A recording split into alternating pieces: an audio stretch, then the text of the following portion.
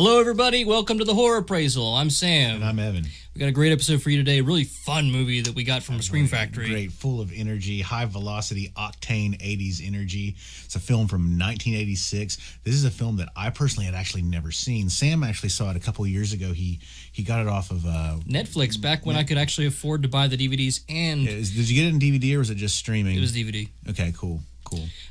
It's called TerrorVision. Mm-hmm. TerrorVision. It's one of the Empire Pictures Charles Band products. You may also know some of his other films. Yeah, maybe you've heard of a little film called Reanimator.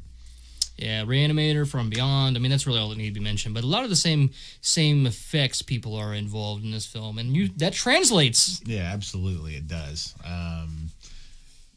Gosh, man, this movie, I got this movie just because I'd always been kind of interested in it, and I'd read some pretty good reviews. Like I said, I'd never seen it, hadn't ever really even seen it. I bought this movie just on what people actually on Amazon were saying about it. Literally, I bought it just for that reason. And man, we absolutely have loved this film. Yeah. What happens is you start off in space. Kind of like Night of the Creeps. One thing I do want to point out, being a huge nerd, is that like the shot it shows, like the space station or wherever the heck they are. Such a model. It's a model of the Starship Enterprise. Like the whole, like it's turned upside down. As soon as I saw it, I was like, oh my gosh. Oh my god. Yeah. But there's an alien. There's a guy that's there, and he's in charge basically of waste disposal for his planet. And they have a creature specialized in just eating garbage. And it goes through a metamorphosis, and once it goes through that change, it's unruly, and they discard it. So it goes to, it's in a chamber, and it gets zapped, and it's transmitted out in space and bounces off other planets and ends up into a new satellite dish on Earth. Yeah, and on Earth. Are you Will Smith? After Earth. After Earth. Out of Earth. But this really, this weird family is the lucky recipient of this weird family, nasty monster. This is a family. This is a family of absolutely deplorable human beings, and that's kind of what they were going for in this movie. They didn't want you to like really feel sympathy for these people that are kind of getting picked off one by one. You have a mom and a dad who are getting ready to go out on a date, and they're going to be bringing back a couple to swing with. Okay. Yeah. Like swing dancing. Like sex swinging. What's sex swing? What's that? Where they trade to partners. I've never heard. Swing your partner People round do that? and round. Swing your partner round and round. Put it in her mouth and see how long she goes. You asked. You pushed it. I know. See how long she goes? That don't even rhyme well. No, it doesn't. All right. Anyway, they're going out and they leave their son alone. With the grandpa. With grandpa. Kind of like a Simpsons. This is kind of like a Simpsons family in a way, except Maggie's not there. And their daughter... The Simpsons are infinitely more likable than these people. The daughter goes out with her boyfriend, O.D., who is like... she's like a punk star or punk rocker girl, which she was also she was the sister in Amityville too. Yeah, Diane Franklin. She's totally like 80s decked out. She's really like a walking... It's like the 80s threw up all over somebody. I mean, that was the whole point of her thing. And her boyfriend, JD, he's played by an actor named Jon Gries. He's gotten a lot of fame in recent years. He was a lot of people know him as Uncle Rico from Napoleon Dynamite, but he was actually in another film that Sam and I reviewed not too often. And we absolutely love. He was the guy who turns into the Wolfman in Monster Squad. He's amazing as the Wolfman. He's also the vampire that's like the hairy vampire in he's in Fright Night 2. Yeah. So the original Fright Night 2. With this new satellite dish, Grandpa and the son, Sherman, are left kind of figure it out and look at it and stuff. Yeah. And Grandpa's like this war veteran, and he's all about having weapons, and they have like a vault. And it's cool. It's like this little bunker, this doomsday bunker.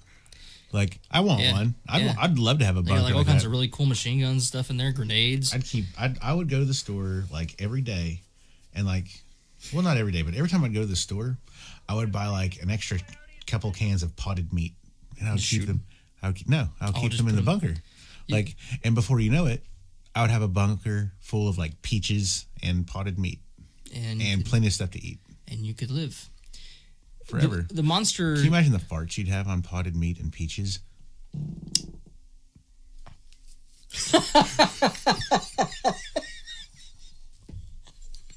That happened on live TV.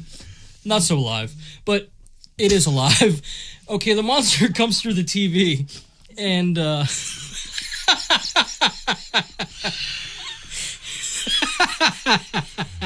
it comes through the TV. Yeah, and it's really awesome looking. It really is. It's like this big snotty poopy looking. It's like this big snotty poopy looking meatball with like one big eye, one little eye. Yeah, with like some big phallic thing that has like another eye like on the end of it. It has an eye extension. And it has a mouth extension. Yeah, like the alien in like Ridley Scott's Alien. Like the Xeno. I would never have compared this thing to a xenomorph. Like, yeah, but it's funny how like they function the same way, but totally opposite. Yeah.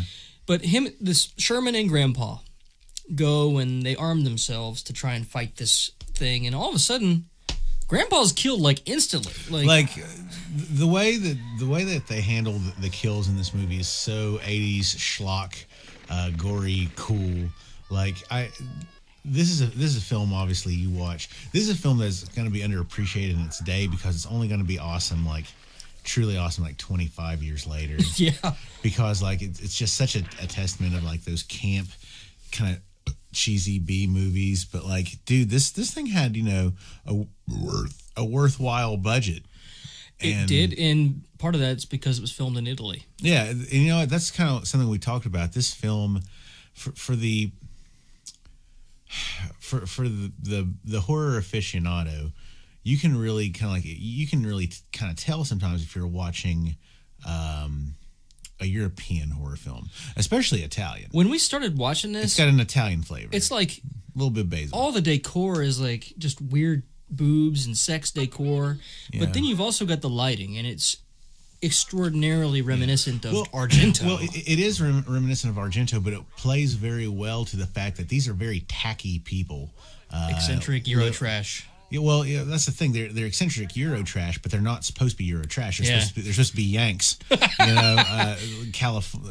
L.A. Californian. Which the mom of this movie you'll find in House of the Devil. She was in House of the Devil. Which she connects to Tom Noonan, which connects back to Jon Gries. Anyway. Oh, sorry, I didn't know we were doing 7 degrees of separation. But it was only 2 degrees. With John, 1 degree. Whatever. And the dad, what's the dad's name?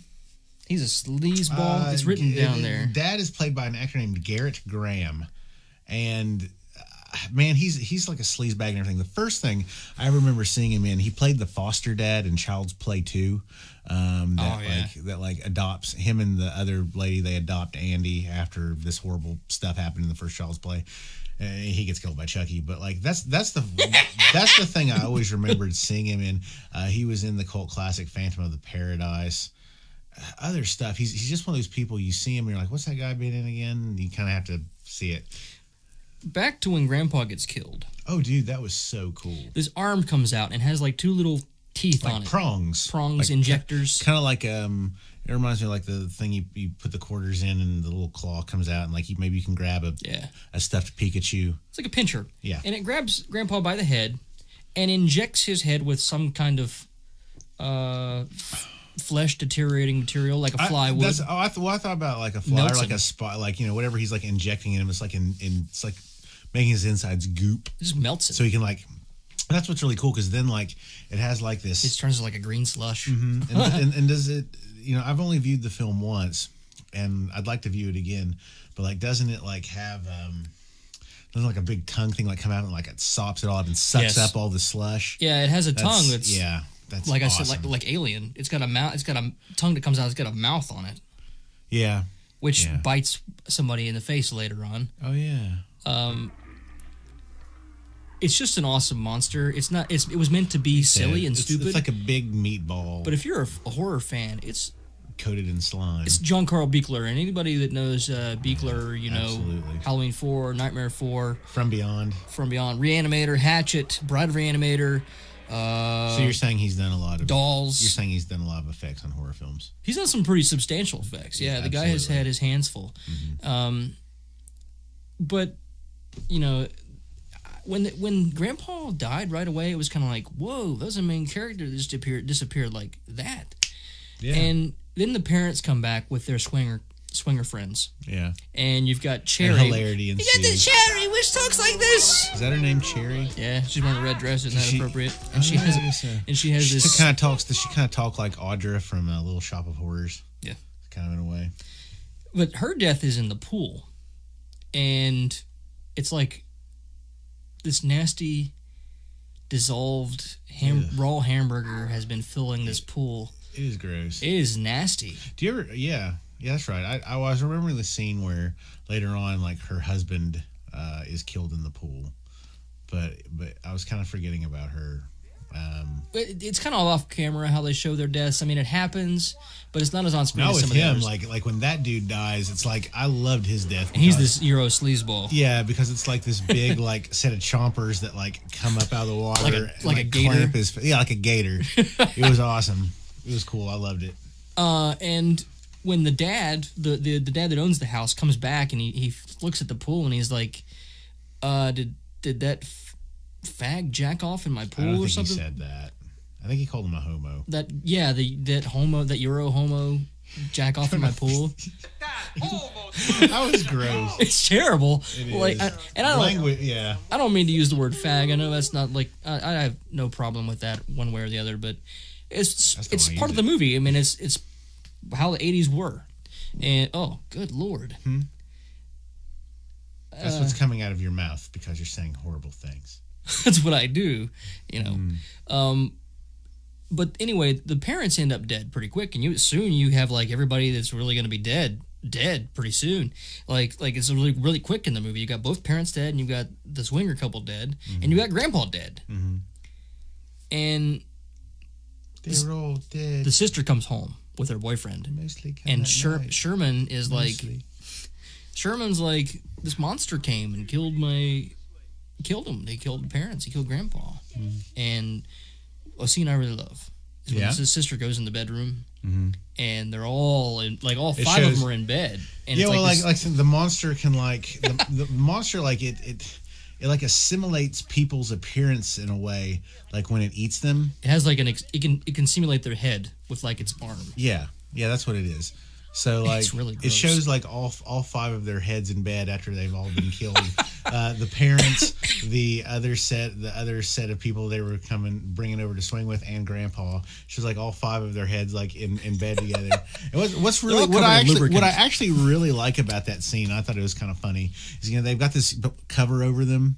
And like the stuff is like moving under the covers. Like they just told them like probably like move their hands around like this. Reminds me of Evil Dead when Shelley's chopped up and her limbs are kind of flopping around on the floor. It's hilarious. This movie, it's obviously not exactly the most thought-provoking film. I guess it does beg the question of this, especially came up. I remember this being a big thing in the 80s. Although I'm sure it's been talked about long before I was born too, about how the television and everything was just garbage, and it could like lead to your destruction and your mind rotting. I think this movie is a cool little allegory, and we watched kind of a behind the scenes thing for this. I think it's funny that actually never came up. Maybe the director like had no intention of that. But I just think it's interesting, as far as like a cultural thing, where now, of course, we have we celebrate television. I think even more now, of course, than we did back when we were kids. Like everything is about, like for example, things for like television services like Hulu or everything. It's all about celebrating television and the stories that you enjoy. But I remember back in the day, in the 80s. Television was just this thing. Television had such a negative stigma as something that rots your brain, and making this cute little film about a monster that can come out and destroy you by watching, too much TV. I just thought that's really cool. I like that. It is cool. It's an awesome monster. We want you to actually watch it. We're not going to talk about we're not going to go through and talk about all the deaths. Yeah, please watch TerrorVision. I will say this: everybody dies, but I'm not going to talk about how. Okay. You won't feel bad about it. Yeah, you won't feel bad about it. Like I said, these people are so horrible. Like that was the whole point. They were even talking about how we wanted to make this movie, and like, well, if we're gonna kill everybody, we need to make sure that no one can really sympathize with the family. So that's why they made them such vulgar. That's why they made them such vulgar stereotypes of Yankees. In the 1980s, everything was excess, and like I said, just everything involving style and decor is just very obnoxious and loud. One more thing that speaks to the TV culture, I think, is they introduce a horror host that is very much channels Elvira. Her name is Medusa, and she wears the snakes on her head. Yeah. She has huge knockers, and that's basically why she was chosen. The director even says it. He said, "Forget about her face, look at her chest." Yeah, and I think she does a good job of not trampling Elvira's character. And her interaction at the end, she actually becomes a very integral character, even though you don't really think she's going to be. Well, the thing is, this is just like a little movie, so like I don't see it as like trampling Elvira. If she was an actual real horror hostess who had like a real show of her own, that's fine. This is, this was an homage to Elvira. Her little role, the role of Medusa in this film, is a testimony to like the cultural importance of Elvira in the 1980s. She had a lot. She was huge. There was nobody bigger on TV as far as a horror fan is concerned than Elvira. Yeah. Anyway, we hope that you guys go to Scream Factory, check this movie out. One last thing, there is a line from Jon Gries. His name is Jon Gries. Get it right. Yeah, you can play it in the clip, but like it was so funny. We saw this line. It's right before his death. And he's like, "Shut up, butthole!" And, oh my gosh! And he bites him in the face. Hey, I said, "Shut up, butthole!"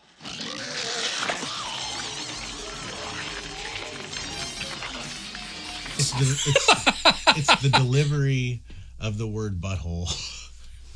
It's done so earnestly, and like I said, I laughed for like 30 seconds because it was hilarious. I just wasn't expecting it. This in summary, TerrorVision is absolutely one of the most fun times you'll have. Surprisingly fun times you'll have watching a movie you might not have ever even heard of. It's a delightful little gem. And it comes with Video Dead. It's a double disc. Actually, I wish we'd brought the disc in here. I didn't even think about it. Scream Factory product. Go to Scream Factory or go to Amazon or something and buy TerrorVision. It comes as a double feature. It's very modestly priced too for 2 films. It's a double feature. It also comes with the Video Dead. They gave such a beautiful treatment to and actually, the music. We haven't mentioned the music. Yeah, we haven't. Such a great soundtrack. You'll see it. Just get it. Get great the movie. Song. Great title song. Addictive soundtrack. I mean, it'll be stuck in your head. Yeah, absolutely. Honestly, absolutely. That's it. Yeah, I'm Sam. I'm Evan. Pretty soon, guys, we've got our 1986 review coming up. We haven't forgotten about that. We want to thank you guys for really really having a lot of participation in the what is the worst horror remake video. That videos have a lot of success. Yeah, it has. On our Twitter account and everything else too. Give us some suggestions on what you want to see. Yeah, absolutely. We love to hear from you guys. Really, we do. Like suggestions and feedback. Like they're what kind of gives us our ideas. And like I said, we'd love to take requests. And so, like I said, we'll have 86 coming up soon, along with some other stuff that we really look forward to sharing with you. So, thanks again, guys. We're the Horror Appraisal, and subscribe, follow, tweet, suggest, comment. We're always available. See you later. Bye. We'll leave the light on for you.